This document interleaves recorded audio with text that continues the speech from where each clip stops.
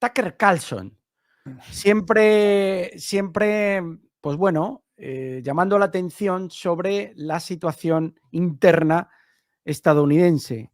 Dice Tucker Carlson, la Casa Blanca la dirige Satanás. El comunicador y expresentador de Fox News, Clayton Morris, conversó recientemente con el periodista Tucker Carlson en la plataforma periodística alternativa Redactic. En la entrevista, Morris mencionó las recientes acciones de Estados Unidos en materia de política exterior, como la autorización dada por el presidente Biden a Ucrania, ya lo sabéis, y la decisión de enviar minas antipersona a Kiev. Estas cuestiones que se ejecutan antes de que Trump inicie su segundo mandato llaman la atención de Morris, bueno, y de la magia de la bolsa también, sobre todo porque la administración Biden estaba absolutamente en contra y esa era su postura oficial. Ahora de repente, en la última semana, todo esto ha cambiado. ¿Quién demonios dirige la Casa Blanca?, le preguntó a Tucker Carlson. Si me hubieran preguntado ayer por la mañana, habría dicho que Anthony Blinken es quien ha dirigido desde el principio. Pero ahora diría que Satanás, señaló Tucker Carlson, quien considera que hay fuerzas oscuras al mando de la Casa Blanca. Yo estoy pensando en gente, antiguos expresidentes, que todos sabéis quién son. Carlson Bueno, piensa... entonces, no está reñido con la expresión fuerzas oscuras. Sí, entonces. total. Sí. Carlson piensa que no hay justificación para el uso de minas antipersona en este conflicto porque no resolverán ninguna cuestión. El único efecto de ese movimiento es matar inocentes, eso es todo. Ese es el único efecto y ellos lo saben. Y por eso lo están haciendo de todos modos, porque matar es el punto. Así que es malvado, es cruel. No creo que esa sea una cuestión de defender la democracia.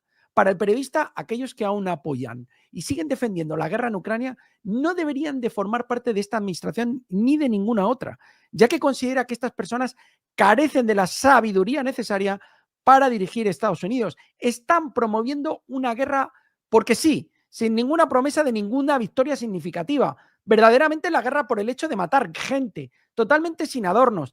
Nadie está siquiera pretendiendo que vamos a conseguir la democracia o algo así. Estamos matando porque podemos y esa es la definición del mal, concluyó Tucker Carlson. Pues no se le puede poner ninguna coma al comentario de Tucker Carlson.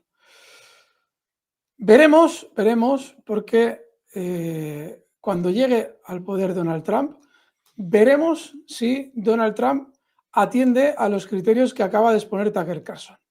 Porque las fuerzas oscuras a las que hace referencia pueden ser, como bien nos comenta Miguel, posiblemente anteriores presidentes, o quizás son, como en su día dijo Putin, esos señores con corbata que en un momento determinado pliegan la voluntad de todos los mandatarios con los que Putin habló.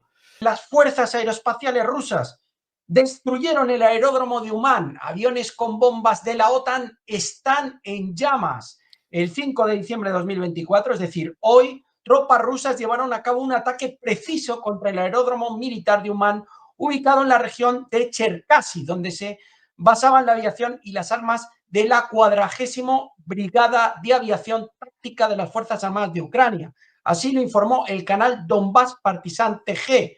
Como resultado del ataque, un caza multipropósito MiG-29 fue destruido y el Su-27, que formaba parte de la brigada 40ª, también resultó dañado. Cabe destacar que el MiG-29 estaba completamente listo para la partida con 4 bombas aéreas guiadas GPU-39 Small Diameter Bomb suspendidas, diseñadas para realizar ataques precisos contra objetivos terrestres.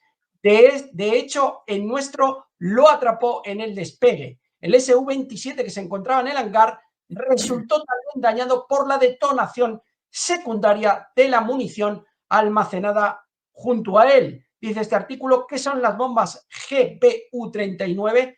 Se trata de municiones de aviación de precisión de pequeño diámetro desarrolladas por Boeing Corporation y diseñadas para golpear con alta precisión. Estas bombas llegan a Ucrania como parte de la asistencia militar estadounidense. Fueron adaptados a los cazas MiG-29 con la ayuda de adaptadores especiales desarrollados con el apoyo de los países occidentales. Bueno, Alberto, ahí está la noticia. Sí. Formidable ataque, importantísimo dentro de lo que es la táctica de hoy. Luego seguiremos con más noticias tácticas. Muy importante y además muy afortunado para Rusia.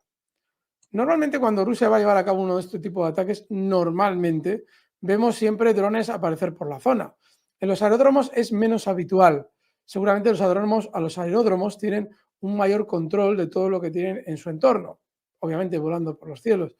Pero si ha pillado a ese avión a punto de despegar, ha sido un ataque precipitadísimo y afortunadísimo por haber logrado su objetivo. Con lo cual, hay un punto para Rusia. Tremendo ataque, Miguel. Vamos con más. Bueno, pues vamos a pasar a la siguiente noticia que dice lo siguiente. Zelensky firmó un decreto que impone sanciones contra Georgia por dispersar protestas. Ucrania ha impuesto sanciones contra 19 representantes del gobierno georgiano que están vendiendo los intereses de su país y su pueblo, comentó Zelensky. La lista de sanciones incluía a Irakli Kovadzhizne, fundador del gobernante sueño georgiano, Vicina Ivanisvili y el alcalde de Tbilisi, Kazka Kaladze. Zelensky pidió a los socios occidentales que hablen sobre su posición con respecto a la parte prorrusa del gobierno en Georgia. Si no se reacciona a tiempo o si se reacciona sin principios, lo que seguirá serán décadas desperdiciadas y países privados de libertad.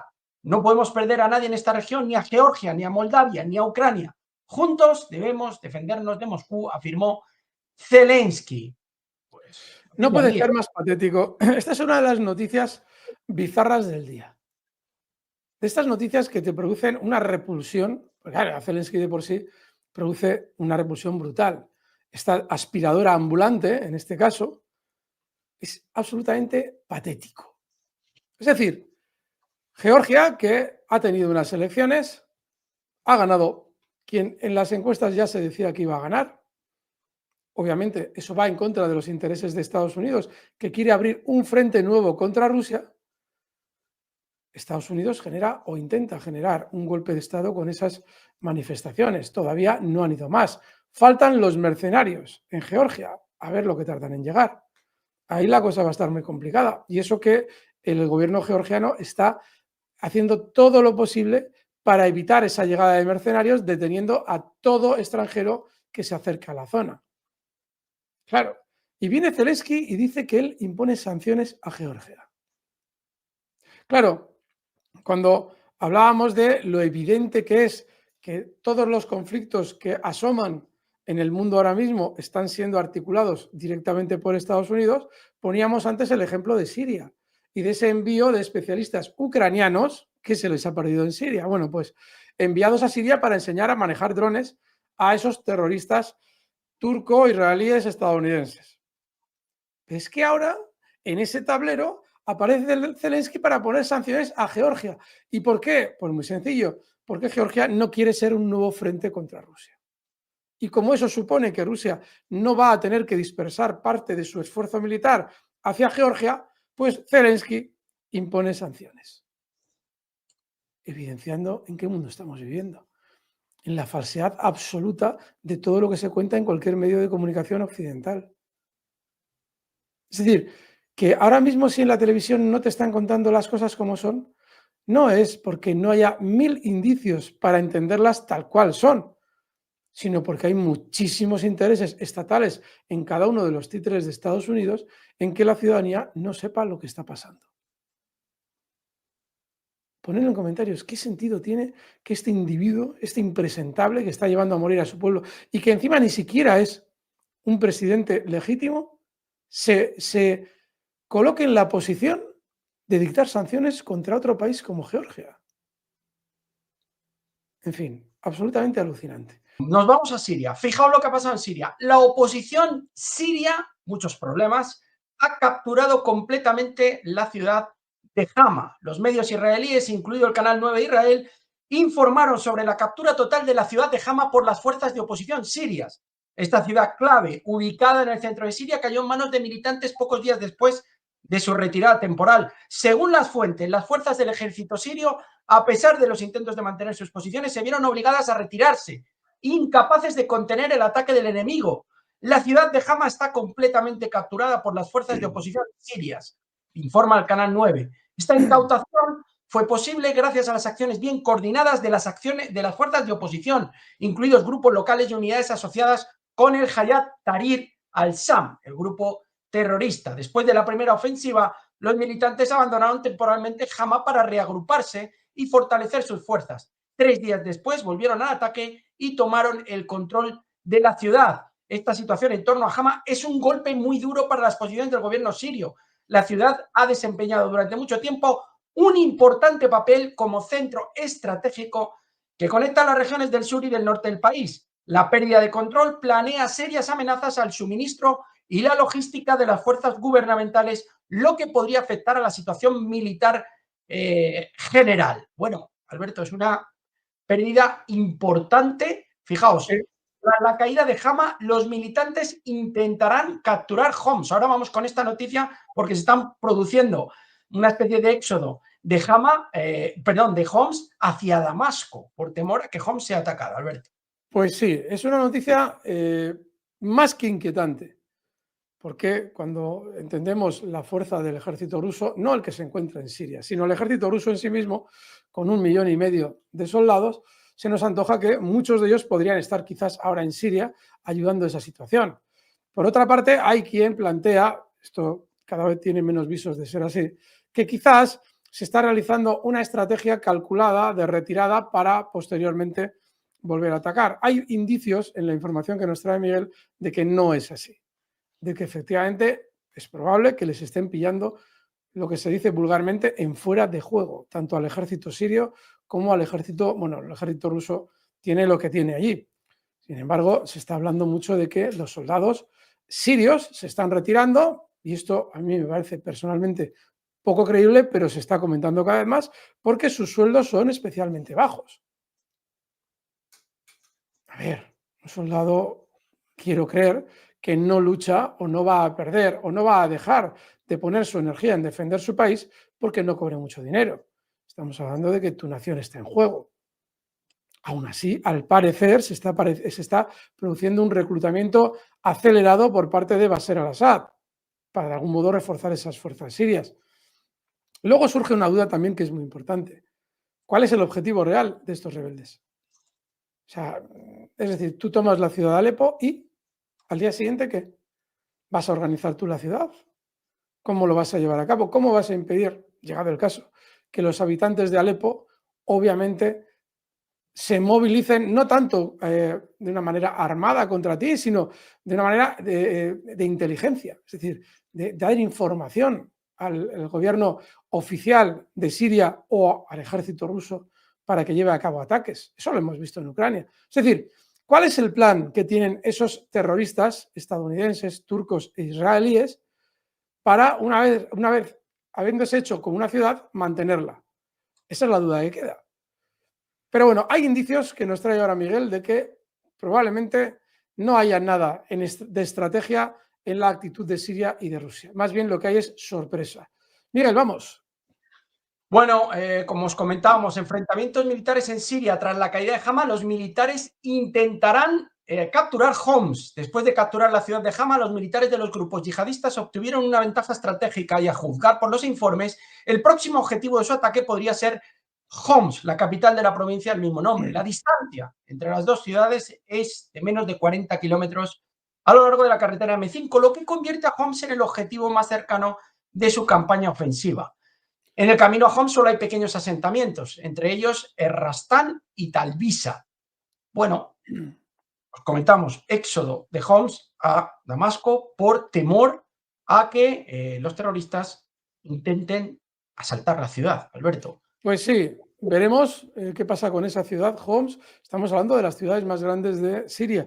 Obviamente Damasco es la más grande, pero Alepo, Hama son muy, muy importantes. También se comentaba hoy que hay una base rusa que podría quedar aislada, dos bases rusas que podrían quedar aisladas si efectivamente esos terroristas logran llegar a Homs y conquistar la ciudad.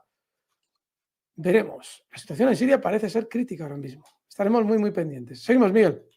Bueno, vamos a continuar con la info porque seguimos hablando de Siria. Y es que los militantes en Siria capturaron varios tanques T-90. El ejército sirio sufrió importantes pérdidas de material tras la retirada del cuartel general de la División 25 de las Fuerzas Especiales situada cerca de Hama. Según fuentes locales, en el territorio de la instalación abandonada, militantes asociados con la organización terrorista Al-Qaeda y apoyados por Turquía encontraron una gran cantidad de equipo militar. Entre los trofeos se encuentran los tanques T-90, considerados una de las armas más modernas del ejército sirio. El tanque T-90, con su protección mejorada y sus avanzados sistemas de control de fuego, representa un gran impulso para las fuerzas militantes y son capaces de restaurar su funcionalidad. Bueno, Alberto, pues se han hecho con T-90, lo que comenta la información. ¿Estás muteado? Perdón, sí. Es uno de los indicios más claros de que efectivamente no hay nada de cálculo en lo que está sucediendo. Es decir, no es una cuestión de decir, bueno, vamos a darles territorio y luego les atacamos. Si sucede así será porque no queda más remedio. Con lo cual, es decir, no se habrían dejado esos tanques a disposición, llegado el caso de los guerrilleros, los terroristas turco-estadounidenses y israelíes, y obviamente pues eso supone una pérdida. Miguel, estoy compartiendo, voy a intentar comentaros. Fijaos, ahí tenéis un mapa de la región. Estamos hablando de que en rosa se ve la línea de Siria, lo que es todo el territorio sirio. Aquí se ve, no sé si lo veis bien, Miguel, si no es así, avísame, por favor. Y aquí vemos cómo, obviamente, con el apoyo de Turquía, han entrado ya en Alepo, han bajado hacia el sur, hacia zona de Hama, y ahora queda Homs. Como veis, Damasco se encuentra en esta zona, más en el sur. Esa conquista ya sería obviamente mucho más complicada, pero el avance está siendo rapidísimo. Rapidísimo. Y veremos... Alepo e Idlib, que están justo en la parte norte, han sido las primeras ciudades protagonistas, como bien dices, y ahora desplazamiento a Homs y de Homs a Damasco. Total. Entonces, claro, aquí queda la duda de, bueno, ¿cuál va a ser la estrategia siria y rusa para el desalojo de esas ciudades? Porque una vez que ya las han conquistado, es muy difícil luego ya desalojarlos a ellos. Quien está poniendo más riesgo eres tú. Tiene la ventaja Rusia, es una ventaja extraordinaria, que tiene superioridad aérea, porque es la única que tiene la posibilidad de manejar los cielos en esa situación, lo cual le da una gran ventaja a Siria. Pero amigos, si no reaccionan, si no se produce un movimiento claro por parte tanto de Siria como de Rusia, a ver si nos vamos a ver la semana que viene teniendo que defender Damasco. En fin, la situación es crítica ahora mismo para Siria. Os lo iremos comentando. Miguel, seguimos. Bueno, pues fíjate, esta noticia también de Jerusalem Post que traemos por aquí. A ver, ahí os la comparto. Ahí está. Vamos a traducirla para que la podáis leer. Las comunicaciones se han interrumpido en la ciudad siria de Alepo debido a los ataques según los medios estatales. Es una noticia también de hoy. Como bien nos enseñaba Alberto, en la parte norte, en ese mapa, Alepo sufriendo también interrupción de las comunicaciones. Y también, ojo, porque se ha producido una poderosísima explosión en Damasco. Los militantes atacan también la capital siria.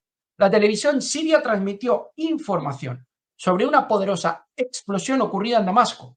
Según el informe, el incidente se produjo después de que las fuerzas de defensa aérea sirias interceptaran 2 vehículos aéreos no tripulados que se cree que pertenecían a los militantes. La explosión se escuchó en varias zonas de la ciudad, provocando pánico entre los vecinos. Según datos preliminares, los drones podrían haber apuntado a objetivos estratégicos en la capital, pero el sistema de defensa aérea pudo evitar el ataque. Los servicios de emergencia se encuentran en el lugar. Aún no ha habido información sobre las víctimas ni sobre el alcance de la destrucción, pero ojo, porque Damasco también se encuentra dentro del objetivo.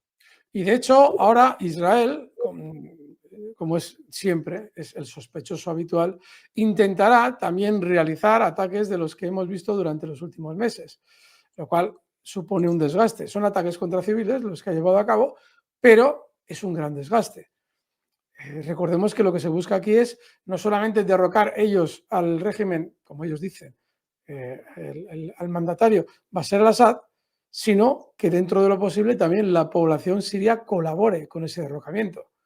Así es que veremos, porque esa es la estrategia que normalmente justifica a Israel llevar ataques contra civiles. Lo veremos durante los próximos días. Vamos, Miguel. Bueno, vamos con más, continuamos y seguimos con la información porque ya os habíamos comentado en la magia instructores ucranianos enseñarían a yihadistas sirios a usar drones contra tropas rusas.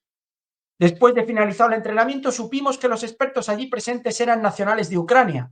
Habían estado adiestrando a militantes jóvenes en el uso de drones kamikaze contra las posiciones del ejército ruso en Idlib y en el resto de Siria, reveló un tránsfuga amparado bajo el seudónimo de Abu Muhammad Idlibi. Estas son declaraciones hechas por, teóricamente, tránsfuga. Pues ahí lo vemos. La sombra de Ucrania.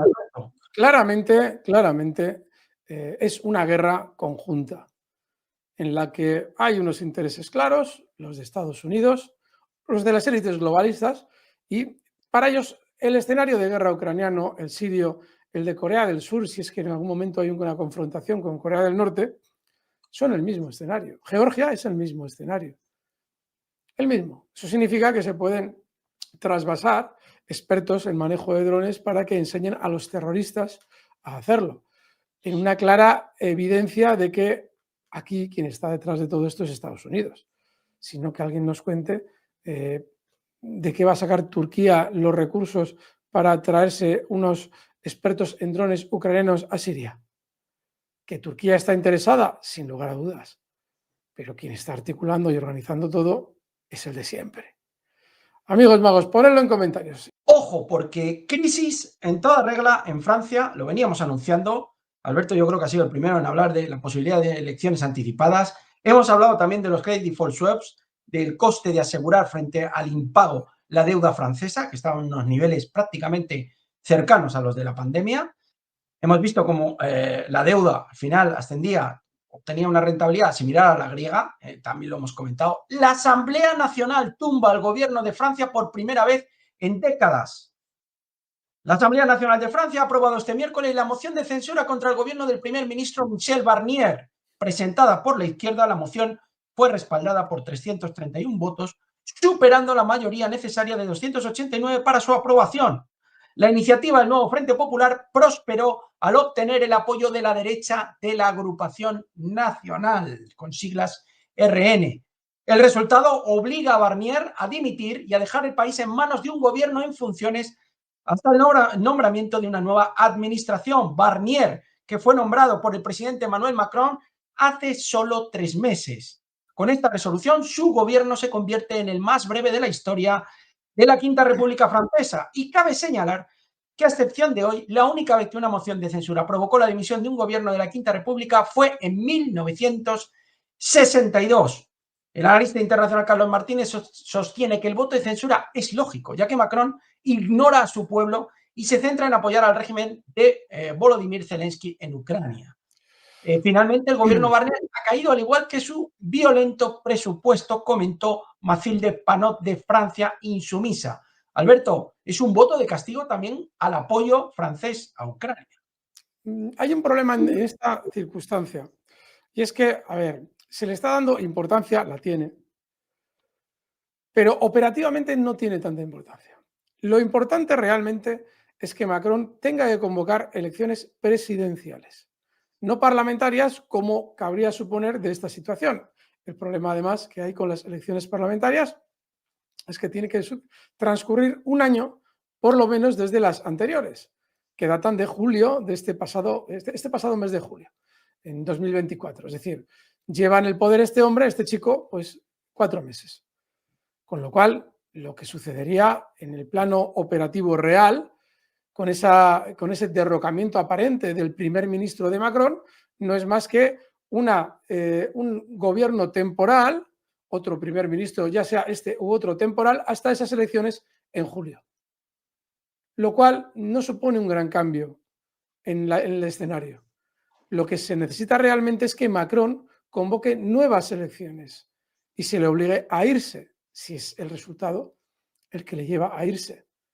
Pero eso parece que todavía está lejos, porque efectivamente están intentando forzarle a convocar elecciones y él se está negando. Y por ahora, mientras le sirva de parapeto este primer ministro, Macron puede irse de rositas dentro de esta formidable crisis. En julio quizás nuevas elecciones obligadas, veremos, porque aquí sí que estamos hablando de unas elecciones que serían forzadas, no se puede realizar por ley el adelanto electoral por ejemplo, a enero de 2025, y eso coloca la situación francesa en un escenario que no es tan convulso en el plano del poder como a priori se nos antoja. Sí, es la primera vez que en un espacio tan breve de tiempo se produce la salida de un gobierno, bla, bla, bla. Sí, también sucedió lo mismo con una señora que no sé cómo se llamaba, creo que Liz Truss o algo así, en Gran Bretaña, que no duró lo de la lechuga, aquello que nos contaban, duró unos pocos días, para que entrara Rishi Sunak, después de la salida del felpudo ambulante, este hombre, el Boris Johnson, y esa señora pasó sin pena ni gloria por nuestras vidas. Sí, fue un gobierno muy breve. Uy, el más breve de la historia, bla, bla, bla, todo lo que quieran. Pero ¿eso qué cambió? Absolutamente nada. Con lo cual, podríamos estar en una situación parecida, solamente que en este caso las elecciones tienen que verse retrasadas hasta julio. Las del Parlamento, que será quien dé su aprobación a ese primer ministro. Eso es lo importante. Necesitamos las presidenciales y esas, en teoría, no tocan hasta 2027, con lo cual la cosa no pinta bien. Miguel, vamos con más. Me ha gustado mucho esa expresión, Alberto, felpudo andante, creo que has dicho, ¿no? Sí, porque parece un estropajo. Entonces, esos estropajos que son como de plateados, ¿no? Las nanas, es una marca. Parece que lleva uno puesto en la cabeza. Vamos con Estados Unidos, fijaos. Dice esta noticia de Bloomberg. Los aliados de la OTAN reconocen el inminente inicio de las negociaciones sobre Ucrania. Según la publicación, la discusión sobre el posible inicio de las negociaciones fue consecuencia de la conciencia de la situación tan inestable que existe en Ucrania. Las fuentes de la agencia enfatizaron que la OTAN entiende que el proceso de negociación debe comenzar en un futuro cercano.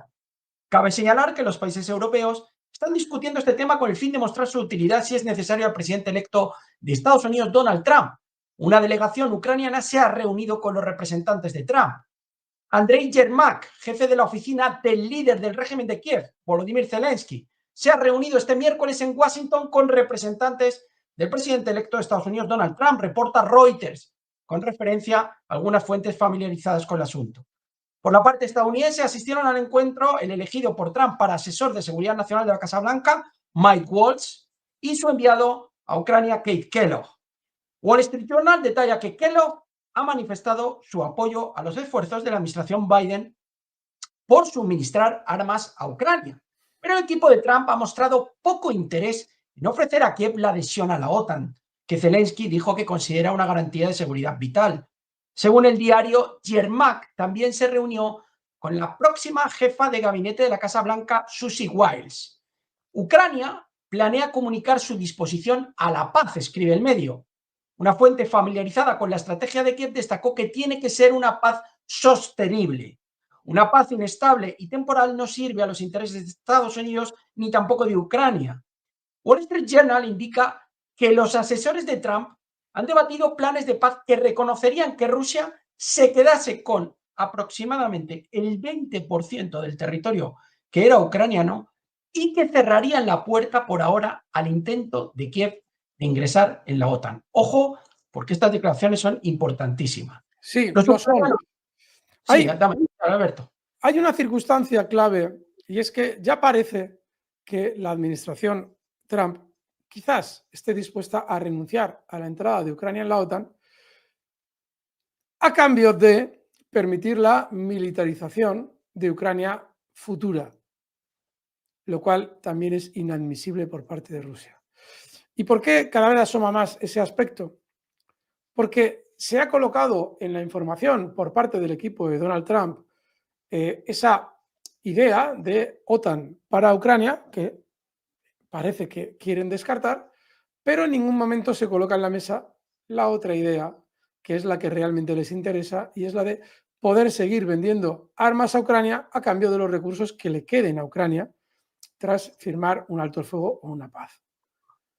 Y el hecho de que retiren del escenario esa exigencia, la de poder seguir armando a Ucrania, es lo peligroso. Porque si lo colocaran en el escenario, estaría sujeto a consideraciones por parte del Kremlin. Pero lo que hacen es retirarlo de la vista para que el Kremlin, en principio, no diga nada, o si lo dice, de la sensación, el Kremlin, de ser especialmente exigente y no tener un interés especial en la paz. Hay que tener en cuenta que los ciudadanos europeos están atontados y no entienden la importancia de que Ucrania no esté militarizada, cosa que Rusia, después de lo que sucedió con los 2 acuerdos de Minsk, ha aprendido muy bien. Así es que, amigos, ojo, porque además no solamente sucede eso, sucede que Donald Trump se está cansando de la actitud de Zelensky. Y hemos tenido noticias hoy de que ya le ha advertido que deje de hacer caso a la administración Biden, porque el futuro es Donald Trump, no Joe Biden. O de no hacernos caso a la administración Trump, a la futura administración Trump, desde ahora, nos lo vas a hacer, nosotros, en cuanto estemos en el poder, te corremos a gorrazos de allí porque no eres un presidente legítimo. Y es que el problema que tiene Zelensky es que no es un presidente legítimo. No es nadie para decretar unas sanciones contra Ucrania.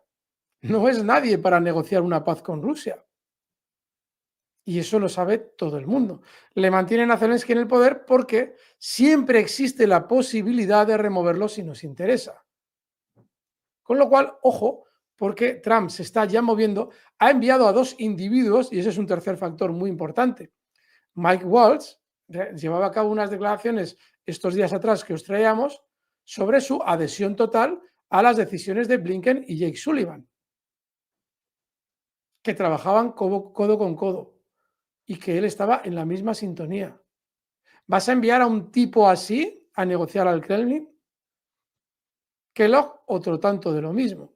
Ayer ya nos explicaba Larry Johnson que es más de lo mismo que el señor Waltz. En esas condiciones no asoma, muy probable, una paz en Ucrania, por lo menos en unos términos que acepte Rusia. Estamos muy lejos, amigos majos, de esa paz. Veremos si Donald Trump sigue entendiendo que hay que ceder más cosas, sobre todo la desmilitarización de Ucrania, que es para Putin importantísima. Miguel, interesantísimo. Vamos. Bueno, fíjate, voy a leer, a ver, ahí está Alberto. Voy a leer esta última parte, que me parece interesante, Alberto. Según Reuters, el equipo de Trump está discutiendo, esto ya lo habíamos comentado, 3 principales escenarios para alcanzar la paz. La fórmula de Kellogg, la fórmula Vance y la fórmula Richard Grenell. Todas las iniciativas excluyen la membresía de Ucrania en la Alianza del Atlántico Norte en un futuro próximo. Dice el artículo que en este sentido señala que los asesores de Trump podrían intentar forzar a Moscú y Kiev a negociar con zanahorias y palos, entre comillas, es decir, incentivos y amenazas, incluida una posible suspensión de la ayuda militar a Ucrania a menos que acepte dialogar con Rusia. ¿Y qué dicen en el Kremlin, Alberto?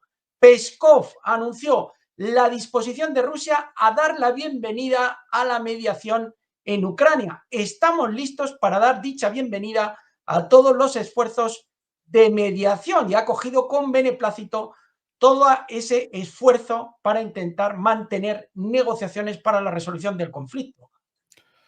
Sí, es una declaración estándar de Peskov, como las que vemos con mucha frecuencia. Pero volvemos a lo mismo. Tú puedes tener 3 planes de paz y en los 3 planes de paz excluir la membresía en la OTAN de Ucrania. Pero aquí surge una duda muy evidente. ¿Qué diferencia hay entre Ucrania no perteneciendo a la OTAN y Ucrania perteneciendo a la OTAN? Hagamos una valoración de los últimos 2 años y medio de guerra. Que alguien nos diga cuál es la diferencia. Que si no pertenece a la OTAN no le apoyamos. Que pertenece a la OTAN le apoyamos. Se le ha apoyado. Como si perteneciera a la OTAN. Igual.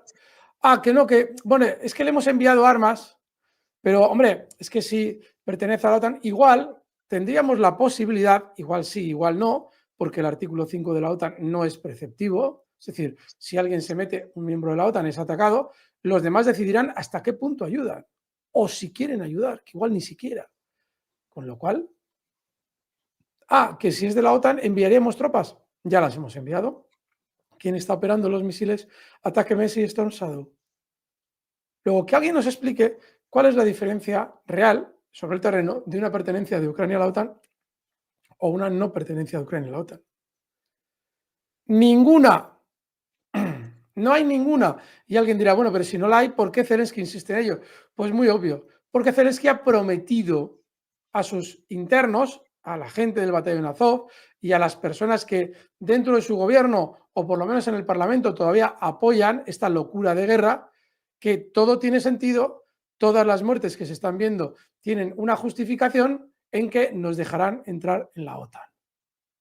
Es evidente que eso es lo que ha estado arrastrándose Zelensky durante los últimos 2 años y medio, de cumbre en cumbre de la OTAN, de cumbre del G7 o G20 en cumbre del G7 o G20, con el fin de que en su país crean que van a ser aceptados.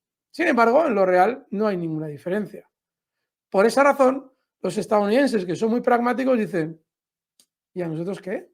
Que entro o no entro en la OTAN. Si llegado el caso, aunque estuviera en la OTAN, nosotros decidiríamos cuál sería el apoyo.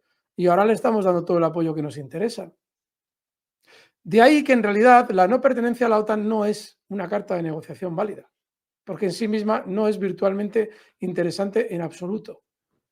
Lo que realmente es interesante y no aparece en ninguna de las fórmulas, amigos, y ya veréis cómo es el punto de controversia, es esa desmilitarización que impida que se vuelva a repetir lo que sucedió con los 2 acuerdos de Minsk, que ya reconoció Angela Merkel y François Hollande, que se habían llevado a cabo para dar tiempo a Ucrania a militarizarse con el fin de lanzarla contra Rusia. Así es que veremos, pero por ahora muy lejos esos planes. Interesante, Miguel, vamos. Bueno, vamos con las palabras ahora de Rutte, de Mark Rutte. Ahí lo tenemos. Bloomberg, la OTAN debate escenarios de un posible alto el fuego en Ucrania. Esto hace un par de días no aparecía en los medios. Sí, sí. Los aliados de Ucrania han cambiado su enfoque de buscar una victoria sobre Rusia en el campo de batalla y ahora intentan colocar a Kiev en una mejor posición para una posible negociación de alto el fuego, informa Bloomberg. Según el medio, Occidente ha comenzado a considerar varios escenarios negociados para poner fin al conflicto. Mientras que esta semana los ministros de Asuntos Exteriores de los países miembros de la OTAN se reunieron en Bruselas para discutir el suministro de más armas a Ucrania. No hay quien lo entienda. Vamos a negociar, vamos a suministrar más armas. La discusión incluyó el tipo de garantías de seguridad para Kiev, pero sin que éstas provoquen al presidente ruso Vladimir Putin, dijeron las personas que hablaron bajo condición de anonimato. Una posible opción para un alto el fuego incluye la creación de una zona desmilitarizada entre Rusia y Ucrania, según un alto diplomático de la OTAN. De darse este escenario, los aliados de Kiev esperan que tropas europeas protejan y patrullen la zona desmilitarizada. Estas conversaciones se producen en medio del reconocimiento de que la situación para Ucrania en el frente es insostenible, por lo que Occidente espera que las negociaciones comiencen pronto, comentó otro alto diplomático occidental. Pues ya lo tenemos. Están al borde, de verdad. Si no fuera porque claramente se ven los intereses que hay detrás de esas declaraciones, están al borde de ser ingresados en un manicomio. Se les hace un estudio psicológico mínimo y van de cabeza. No nos trae ayer Miguel, y además claramente, no, el mismo Rutte que hoy, el mismo Rutte que hoy nos está diciendo que, hombre, que llegado el caso de las negociaciones, oye, todo fenomenal, que había que colocar a Ucrania en una posición de fortaleza, para eso había que darle más armas, que Ucrania tenía que bajar la edad de reclutamiento. Días antes se hablaba de enviar más tropas, y en este caso británicas. Es que no tienen la cabeza en su sitio. Claro, lo que evidencia esto es que seguramente ha habido llamadita de Trump, que parece ser que ha estado utilizando el teléfono durante estos días mucho, no solamente con Zelensky.